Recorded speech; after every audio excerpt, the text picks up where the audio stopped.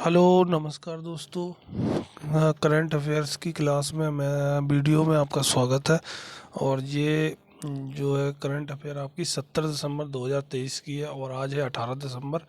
तो 17 दिसंबर की जितने भी पॉइंट अच्छे अच्छे पॉइंट हो सकते हैं तो वो हमने कलेक्ट किए हैं और आपको समझाएंगे।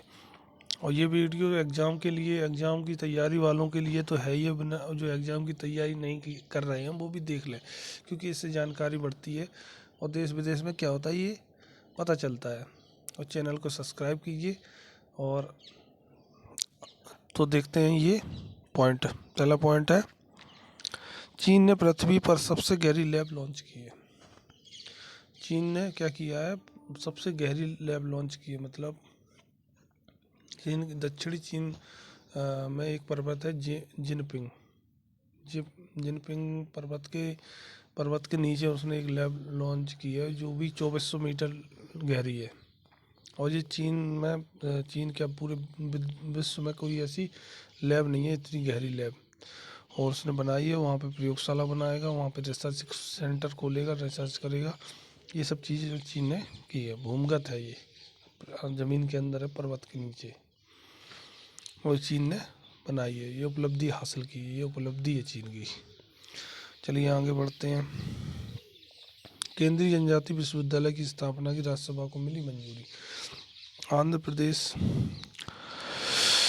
से आंध्र प्रदेश में क्या हुआ था, जो तेलंगाना बना था, तेलंगाना राज्य, तेलंगाना में क्या है, समक्का सरक्का केंद्रीय जनजाति विश्वविद्यालय की स्थापना की गई है। और ये विधेयक पास किया गया राज्यसभा में और संसद ने इसको पारित किया है। संसद राज्यसभा में ये पारित हो गया, वहाँ पे जनजाति विश्वविद्यालय बनेगा। और आंध्र प्रदेश में 2014 में जब ये अलग हुआ था तेलंगाना, तो आंध्र प्रदेश में एक आदिवासी विश्वविद्यालय खोला गया था, वो भी यही तेलंगाना में ही है। और ये जनजाति विश्वविद्यालय भी बनेगा, इससे वहाँ के लोग पढ़ेंगे लिखेंगे। ठीक है, तो ये वहाँ पे हुआ है, राज्यसभा में मंजूरी दे दी है। आगे बढ़ते हैं। हाल ही में कौन सा देश भारत के साथ हाइड्रोग्राफिक सर्वेक्षण समझौता समाप्त करेगा? तो ये क्या है, मालदीव करेगा। मालदीव क्या है, समाप्त कर रहा है। समाप्त क्या कर रहा है, पहले समाप्त से पहले ये जान लो कि हाइड्रोग्राफिक सर्वेक्षण समझौता हुआ कब था। और ये हाइड्रोग्राफिक सर्वेक्षण होता क्या है, हुआ क्या है ये कि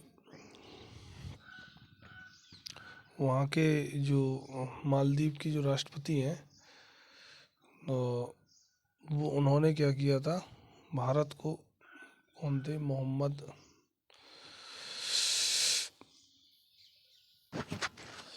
तो ये भारत के जो जो मालदीव के राष्ट्रपति थे इब्राहिम मोहम्मद, 2019 में उन्होंने मोदी को अपने यहाँ बुलाया था। और मोदी जी वहाँ पे गए थे, तो वहाँ पे उन्होंने एक समझौते की मांग की। मालदीव ये एक ऐसा शहर है जो, मतलब शहर क्या, देश है जो चारों ओर समुद्र से घिरा हुआ है। और वहाँ पे मोदी जी ने क्या किया, हाइड्रोग्राफिक सर्वेक्षण समझौता किया। ये इसमें क्या होता है, इसमें ये जो चट्टानें होती हैं और समुद्र के नीचे जो चट्टानें होती हैं, समुद्र की गहराई, ऊंचाई, धाराएं पाराएं, ये नापने के लिए उन्होंने यहाँ पे सोनार डिवाइस लगाने की इजाज़त मांगी कि हम ये सोनार डिवाइस लगाएंगे और यहाँ पे जो भी जितने भी सर्वेक्षण करेंगे, यहाँ पे आपकी झील, तालाब और ये सब चीज़ों की सर्वेक्षण करेंगे। मालदीव से ये कहा, तो मालदीव ने कहा ठीक है, मालदीव ने कहा ठीक है, कोई दिक्कत नहीं है, आप यहाँ पे ये हाइड्रोग्राफिक सर्वेक्षण कर सकते हैं। तो भारत वहाँ पे कर रहा था। इससे क्या होता है, वहाँ से जो भी जहाज़ निकलते हैं वो हिंद महासागर की ओर आते हैं। हिंद महासागर से मालदीव के जो समुद्री इलाका है वो मिला हुआ है, जुड़ा हुआ है। तो वहाँ पे क्या होता है कि ये वहाँ पे होता कुछ नहीं है। मतलब वहाँ से जो जहाज निकलते हैं उस पर भारत की नज़र रहती है सोनार डिवाइस के तहत। तो ये हाइड्रोग्राफिक जो समझौता सर्वेक्षण था वो भारत के लिए सुरक्षा की दृष्टि से बहुत ही अच्छा था। अब कि हुआ क्या है, समाप्त क्यों हो रहा है, वहाँ पे जो सरकार आई है, मुइज्जू की सरकार आई है, मुइज्जू राष्ट्रपति बने एक। और उन्होंने क्या किया, उन्होंने कहा हम नहीं करने देंगे आपको यहाँ पे, आप ये हटाइए सब सोनार वोनार डिवाइस, अपने सैनिकों को हटाइए यहाँ से। उसने कहा हम ये समझौता रद्द करते हैं। वो ये क्यों कर रहा है? चीन के कहने पर कर रहा है। चीन ने कहा होगा हम तुम्हें ये सुविधाएं देंगे, चीन तो लालच देता ही है। तो चीन ने ये सब वो लालच दिया उसको, उसने कहा उसने रद्द कर दिया, समाप्त कर देगा। अब भारत की सुरक्षा पे खतरा है, तो भारत लगा हुआ है कि ये समझौता रद्द ना हो, चलता रहे, और वो मान नहीं रहा है। तो ये चीज़ है कि वो समझौता रहेगा नहीं, क्योंकि वो चीन की सुन रहा है। चलिए देखते हैं आगे वाला पॉइंट।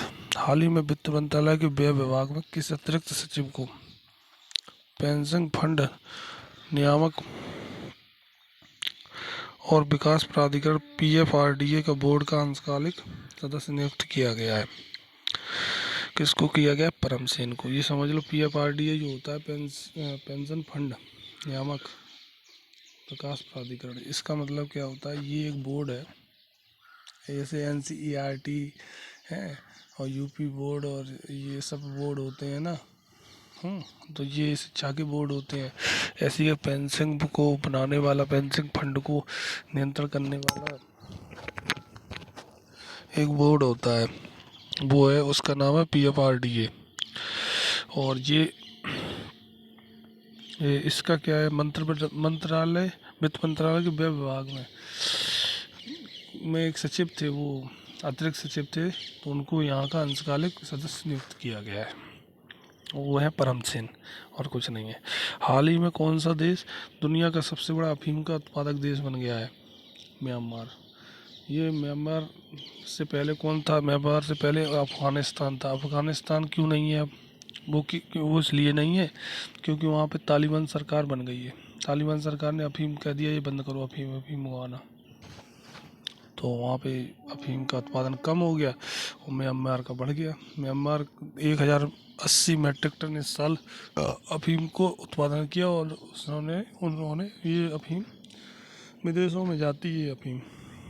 और म्यांमार जो देश है, भारत का पड़ोसी देश है, उसमें अफीम अफीम इकोनॉमी है। अफीम ही होता है और कुछ नहीं होता, अफीम ही से देश चल रहा है। 4% इकोनॉमी उसकी अफीम इकोनॉमी है, GDP। ठीक है, तो ये चीज़ है म्यांमार, ये चीज़ याद रखें। अफीम का सबसे बड़ा देश, उत्पादक देश अब बन गया है म्यांमार। हाल ही में किस राज्य में भारत की सबसे तेज सोलर इलेक्ट्रिक बोट बारकुंडा लॉन्च की गई है? केरल राज्य में।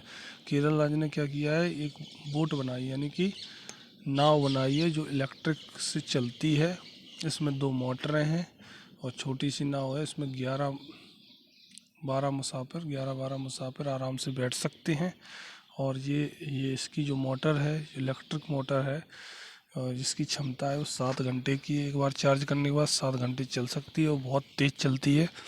ये बोट बनाई है, उपलब्धि है केरल की। तो दोस्तों ये कुछ पॉइंट थे हमने डिस्कस किए, और उम्मीद करते हैं आपको समझ में आए होंगे। इसी तरह महत्वपूर्ण और अच्छे पॉइंट आपको और अच्छी तरीके से बताने की कोशिश करेंगे। और आपको वीडियो अच्छा लगा हो तो लाइक ज़रूर कीजिए, कमेंट कीजिए और चैनल को सब्सक्राइब कीजिए।